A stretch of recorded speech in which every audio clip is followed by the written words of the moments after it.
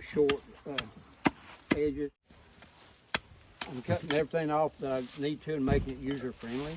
I'm gonna see what kind of flex it's got. He don't have a lot of flex, and it don't have to have a lot, but it's good if it has a little flex, and I can add flex to it just by taking my knife or the axe and taking some off the inside, not the back.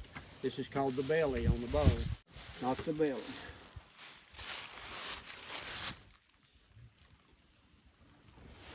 I'm putting here where my hand will be around it, because you'll be close to getting your coal, and you may have to stop because your piece starts slipping. And so if it starts slipping, I'll take my finger and push it up, and my thumb and push that string down, and it tightens it back up. And then I'll use this as one piece of this as my coal catcher. Larger coal with a bow drill than you do a hand drill. So a hand drill, I'll have a coal lid a lot of times, and I'll keep going trying to get more dust, more powder, and make it larger. And that gives me more time to blow it into a flame. If it's not 100% round, that's okay, because it seems like the string picks it up even better that way. But I'll look at it and I'll say, okay, I'm going to round these off a little bit. And if it's octagon, that's okay too.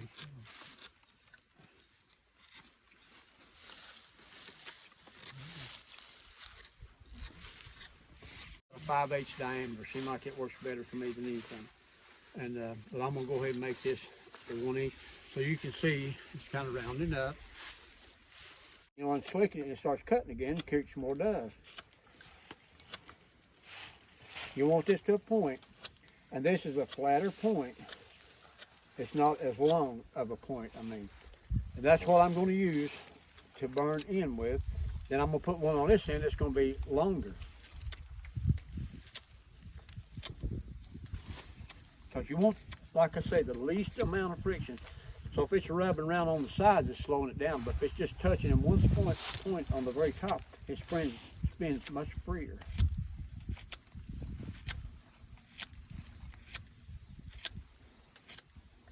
I love a sharp knife. I say that all the time, don't I?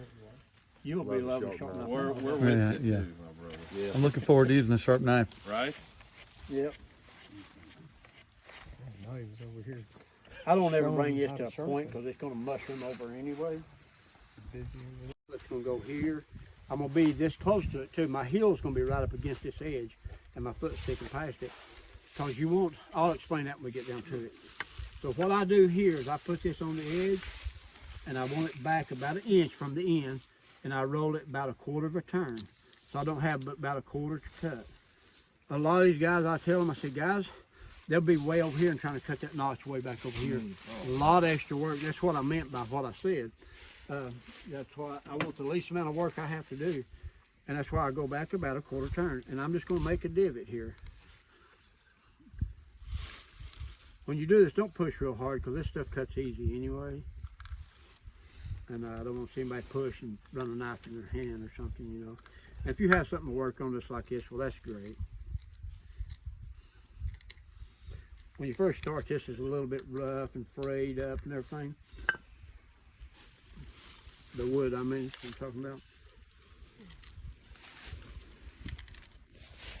Well, I've got a divot there. I mistakenly rubbed my thumb over it. You don't want to let your thumb, your fingers, touch this end or touch that, because we have oils on it. That may not look like we have oils, and that can interfere with getting your coal, okay? So when I look at that, I'm a little bit further back than I meant to be, so I'm going to move it forward a little bit. But I just want to cut about 1/4 inch. I don't want to cut, you know, a 1/2 inch or a 1 inch back. I want to be easy on myself. That's going to be close enough and good enough that so. I wanted to make this so I know roughly. Yeah. What section do I need to sit in? Where's that at? Okay, I see what I need. I'm going to pull it back a little bit more. About like that. It might be too much because this is not flexing a whole lot. And I'm going to come around and come around. I'm going to put a knot right here in the very end.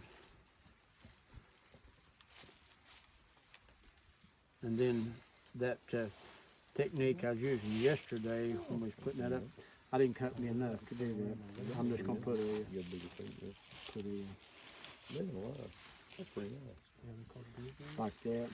I've heard of them before. Then I'll just wrap it around it because I want to be able to change it quick. That may be too much right there. Yeah, I'm gonna tighten that up a little more. Cut. I put it right in here. We call this coal. That means we have a stripe right there. That's pretty good stripe.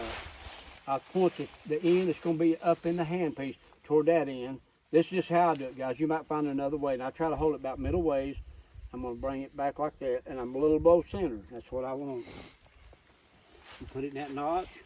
Drop the bow. I don't have to worry about it here. I got the under stuff on, which makes it a little harder. And I've locked my wrist into my leg. It's not here wobbling around, because when you wobble, you lose heat. I'm just slowly burning it in. Hand drills, and I do bow drills. I used to do them religiously too. I'll come out of the center of my hole. I made me a line to go by. My glasses on. And you're going to come back into the hole about a heavy eighth, probably, because this hole can get as large as this bottom is. Okay? So the time I do this, I'm going to be about right there, close to a quarter of an inch back. Now I'm going to cut this at a chamfer. If you know what I'm talking about, a chamfer is an angle. And I'm going to chamfer it going down into it as well, like this. It's going to be a longer angle. I'm trying to take my time to explain everything to you guys so you have a better understanding of it. I appreciate it, my brother. And you can open it up. Who knows what the fire triangle is? You can tell me right quick. Fuel. Oxygen, fuel, and heat.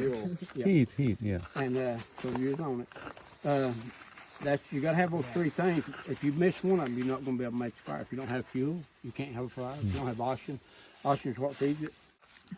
And you can see it's undercut that way and that way. Then I'm going to undercut it along this bottom edge because that lets oxygen travel around it. And I'm also going to do a hole through there, a trough, which lets more oxygen in.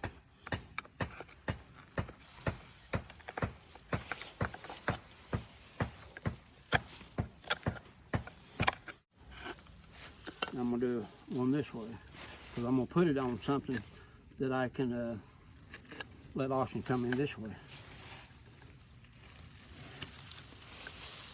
I've been doing this for a lot of years.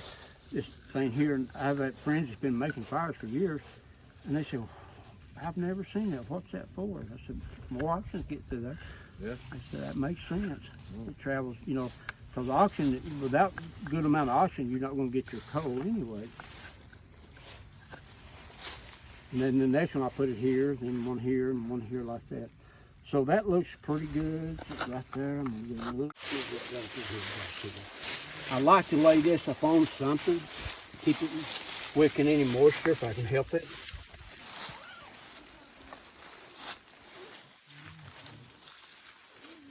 This is a little loose. I hope it don't start spinning. We have to stop. I know the last one Patrick done, he had to go 5 times before he got it. Oh, wow. And that's happened to me a few times too. If you'll move back a little bit, there you go. Just go ahead and move them leaves up if you will. Pull them leaves back. Okay, thank you.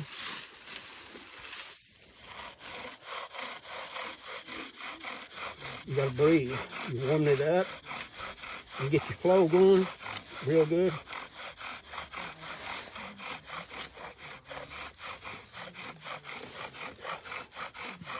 Use the whole bow so you work yourself to death if you don't.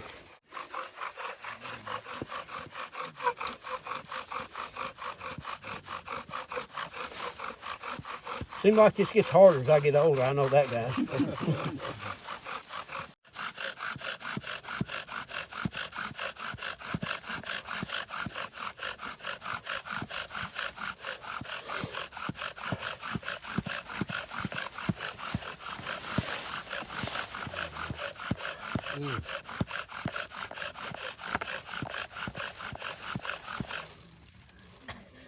Not much coal out there. Yeah, there it is. I can- I got it.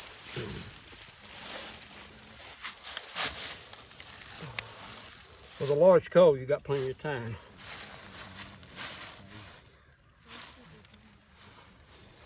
Be careful because I'm winded. I like seeing a glow before I drop it.